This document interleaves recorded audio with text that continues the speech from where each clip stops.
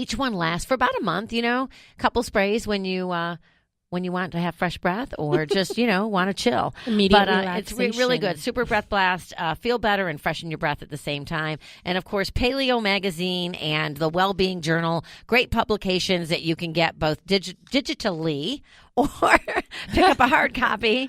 Paleo Magazine, they have some of the best information on the paleo lifestyle, as well as all lifestyles. Great recipes.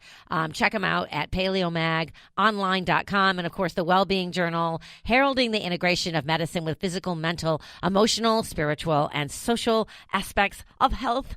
And I just put my hands like in a little pray position. I always feel like doing that when I read that. But Wellbeing Journal truly is a great magazine. It really is. And it's now available both in print and digital version. Order online at wellbeingjournal.com. And I've been reading the publication for years now and have been getting a lot of my content ideas from them from the very beginning. So check it out, Wellbeing Journal. Rosalie, always great to have you in studio. I appreciate you coming. You come from Fort Worth when you come, don't you? That's a haul, because I went there on last Saturday, and it is a little bit of a haul. So I appreciate you coming in for our listeners. For those of you maybe just now joining us for the first time, Rosalie Robinson has been on the show for a very long time, and she is the president and founder of Concilium Human Capital. She is our in-house human resources expert with over 30 years of HR leadership experience working with Fortune 500 companies. She's an experienced PCC level executive coach with a certification from the International Federation of Coaches and the University of Texas at Dallas, and you can find her at conciliumhc.com. I just saluted again, you guys. I always do that when I say the University of Texas. It just kind of works, right? I love it. And I love having you in studio. So I saw this article, and I know that you read Harvard Business Review, as do I, and it had this great article about what does your corporate brand stand for? It's harder to create a strong identity for an entire company than for a product. This toolkit can help you get there. So, Rosalie, based on your experience, why is corporate branding important in a business? I mean, clearly it's about who you are, right? And absolutely. It's funny. We were talking about it just this past week because we ran a class with this guy here in Dallas for like LinkedIn marketing, right? Oh, cool. Social selling. And the whole idea is, how do you get your brand and help promote it out there? And every employee can be a brand ambassador, really, and they're a brand advocate. But are you equipping them? Do they understand, the value proposition that you make in your business? So like for Telos, for example, what's that value proposition and how can you help put that forth, whether you're a Facebooker, Twitter, any form of social media? Yeah. How can you do that? Even for your radio show, right? Absolutely. So really getting everyone to do that. And I think the clarity with which you do it is the key. So when people say, just do it. Yeah, most people know what that is, right? Of course, Nike. That's right. Well, I feel like the corporate brand is what's at the heart of the CEO, its board of directors, but mostly its employees, as you say. It's at the very heart of what the company stands for. So it is. It's their value proposition, right? It is absolutely what helps them to run. A lot of people talk about the mission, vision, and values, right? Which, simply put, that mission is what are we about? What are we trying to accomplish? And that should be something when you go out to look for a job. I want to know, well, what is your mission? What do you tell everybody it is? Because when you hear that, you want to make sure you're asking people that you get to interview with, for example. Yeah. So tell me about this, and you'll ask about that mission, right? So if someone's mission is about providing protection and care, well, how's that work here? I mean, how do you feel as an employee? Does it feel like an environment where people feel cared for? How do people do that? You want to dig at that, because if it's just a platitude that's put on a wall, but it's not lived every day, that's an issue. Makes a big difference. That's right. It's about the culture, which is the other aspect of your brand. Well, it says here that a clear corporate brand identity provides direction and purpose, enhances the standing of products, aids in recruiting and retention, and helps protect a firm's reputation in times of trouble. But many companies struggle to define their brands. Why do they struggle?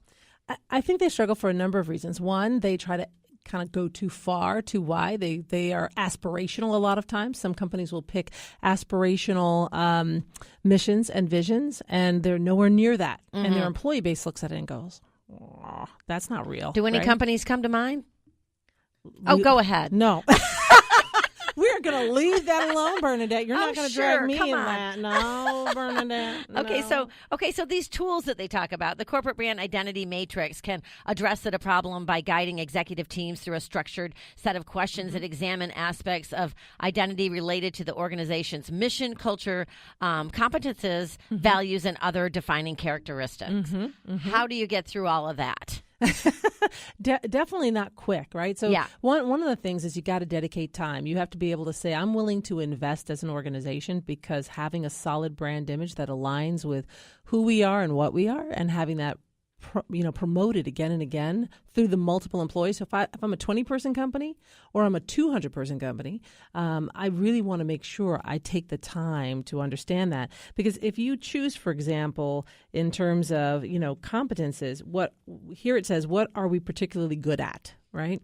So you think of Johnson & Johnson and what they do as a company versus what Steal. I'm joking. Oh, it's my sense of humor. I'm joking. Oh my gosh. I'm sorry. Oh my gosh. You throw me off, Bernadette. I should be prepared for anything. You bring out the best in me. And the worst. Oh my gosh. Oh my gosh. But I mean, clearly you don't want to say your competency is in an area that it isn't. So you may aspire to be like Johnson & Johnson in terms of their ability to provide care, right? And then you might be somewhere, lower, that you provide information, and it's not at the point of really providing that level of care. And so I do think folks have to be honest. And that means engaging, I think, more than just your executives, because sometimes executives tend to be more aspirational. Yeah. And you need to include some people on the ground who'll say that's not what shows up here. Yeah, because it's a trickle down from the top.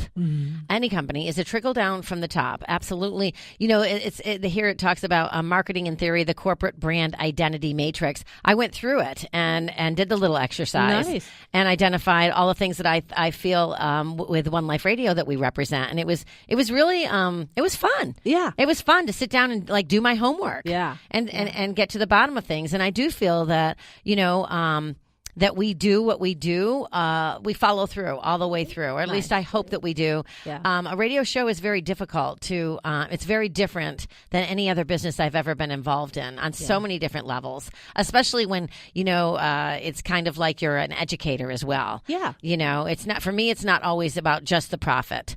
In fact, polar opposite. It's about doing it well and feeling that if you do something really well, the profits will come. Right. No, I would agree. I think and that's good that you know that, right? So now you can also say, well, where am I? Am I at NPR level yet? Or that's where I'm going to be, but I'm going to be in this segment. Yeah. And it's really defining it well. I think, I worked for a larger company, Brinker International. I think they do a fabulous job at this.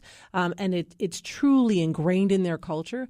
I think I'm working right now for a smaller company, and one of their organizations, JMP Cycles, I think they do it really well as well. Yeah. Their mantra is we try to see the world on two wheels. Right? Yeah. Man, that time flew by. And I just want to say, Norman Brinker, God rest his soul, what a great leader he was. Yeah. He really was a very great leader. Love having you in studio. Okay, so next time, more time. How about that?